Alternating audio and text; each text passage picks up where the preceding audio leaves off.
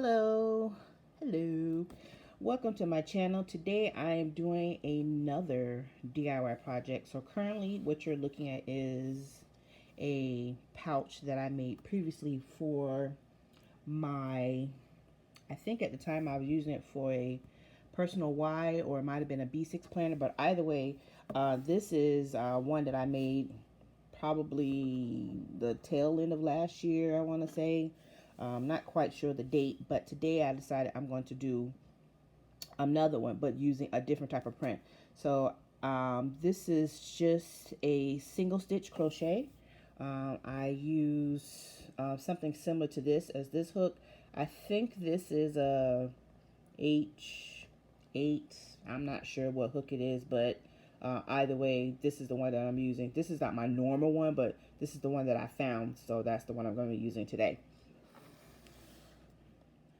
All right, sorry about that. So today I'm going to be using this particular material to make my next pouch. I am going to be crocheting on my next pouch. On the packaging of the material, which is something I'm pretty sure I got it from JoAnn's this time. It's burnout velvet. What is that? Velvet? I love to say that word. But anyways, so this is a nice color. It's a shade of a grayish blue, but I like it. It's a nice shade of gray, so it can go for pretty much any season or any time. The packaging on here tells you what type of hook you're supposed to be using. This one says use a K 10.5. I'm not sure if this is a K. I looked through as closely as I could on there to see if this is a K. I can't really tell if it is or if it is not the right size, but this is one that's familiar to me. It's comfortable in my hand. It's not too big, it's not too small. They give you pattern information on here to make a, I guess gonna say some type of, not quite a sheet, but a pattern. 10 by 10, 4 by 4. They tell you how many stitchings to use. The material is 100% polyester. It's very lightweight. It's not heavy at all. This has quite a lot in there. I've used a much smaller size for my previous project, which was this one. But I used the smaller ones to do this project. This material is a little bit coarser. It doesn't feel the same. This whole entire thing is a single stitch. So I thought I'd show you today how I started. Now, when I was taught how to crochet many years ago, I learned different styles. One was to try to find the string on the inside and pull from there. So ideally you want to pull from there. That way you have less nicks or any type of problems. If you can't find the string on the middle, try to find the one on the outside and just pull from there. Or if you want to be brave, you just take the whole packaging off and you do what you got to do. That's up to you.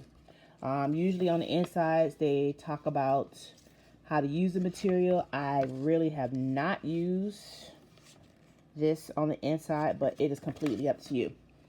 So when I come back, I'm going to show you how I start to make my pouch.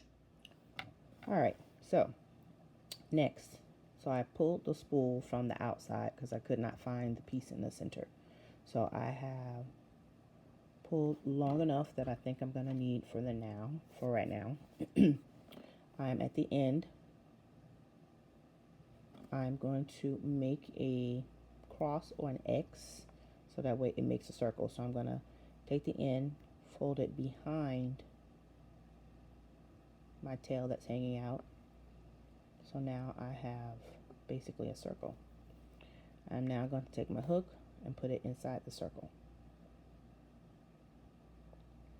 What I'm going to be doing is on the end of the hook, you can see really good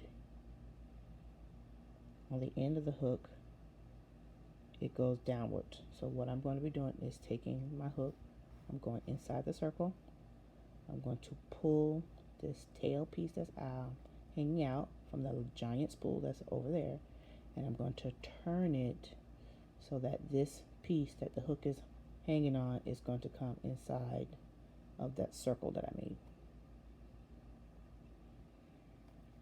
It's very hard to do this with the way I'm setting up this video.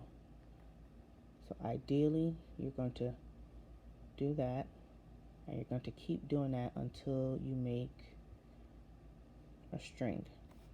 I'll be right back.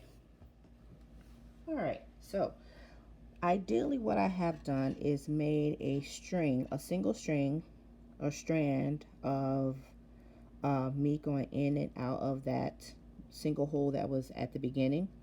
When you're following a pattern, which I am truly not following a pattern, because remember, this is a DIY project.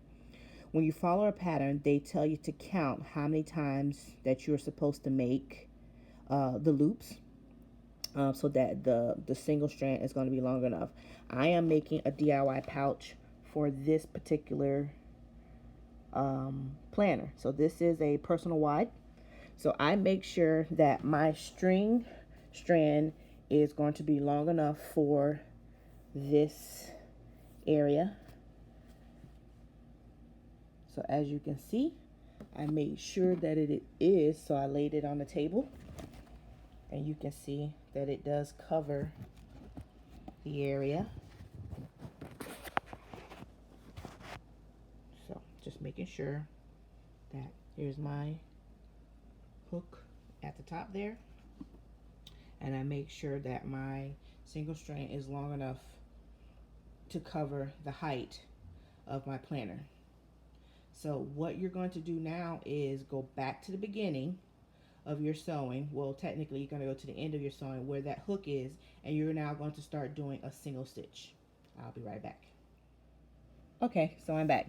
So I did not take the hook out of where I ended at, and as you notice, I still have that tail that's hanging out. So what's going to happen now is, since my single strand is long enough, I gauged it that it's long enough. Remember, I'm not using a pattern. So what I'm going to do now is turn this around. I'm still going to have that tail that's coming from that large spool.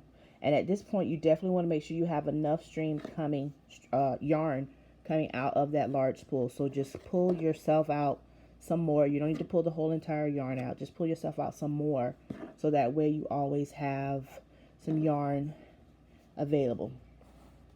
So now what I'm going to do is start to do a single stitch. So basically, inside of every last one of those little holes that I have created here, and I'm sorry I cannot give you the right terminology, but this is my thought process. This is how I'm using it for my DIY project.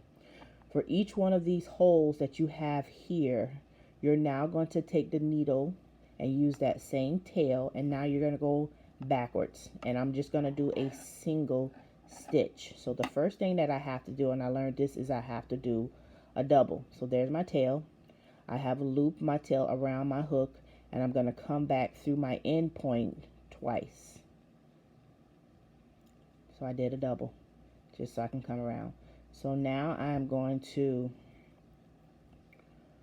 find my first hole, which is here, and I'm going to take my needle, go through my first hole, and I'm going to loop it inside and pull down.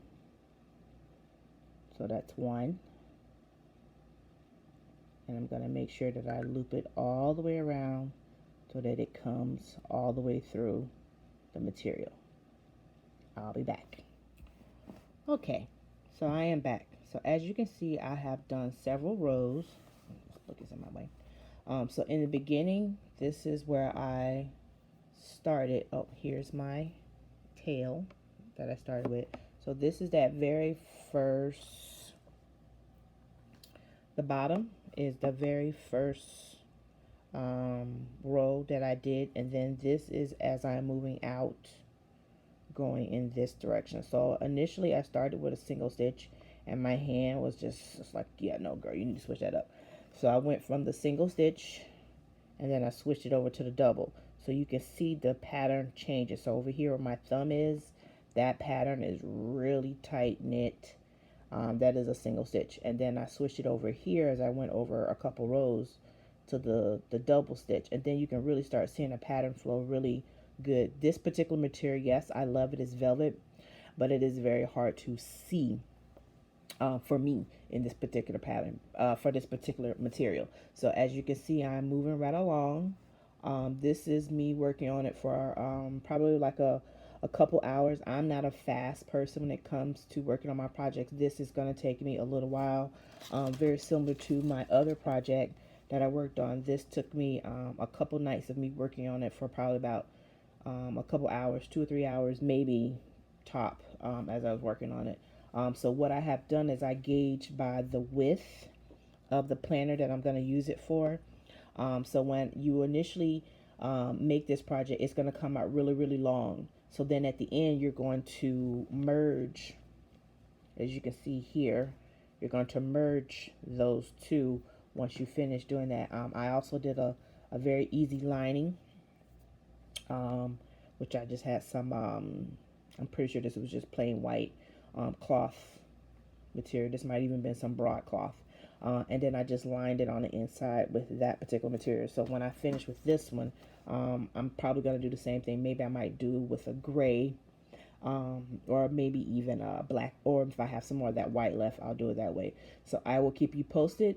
Remember, if you have some type of DIY creative project that you're working on, please feel free to share it with me. Let me know what you are working on, and I'll see you on the next project. Bye. Have a good one. Please like and share.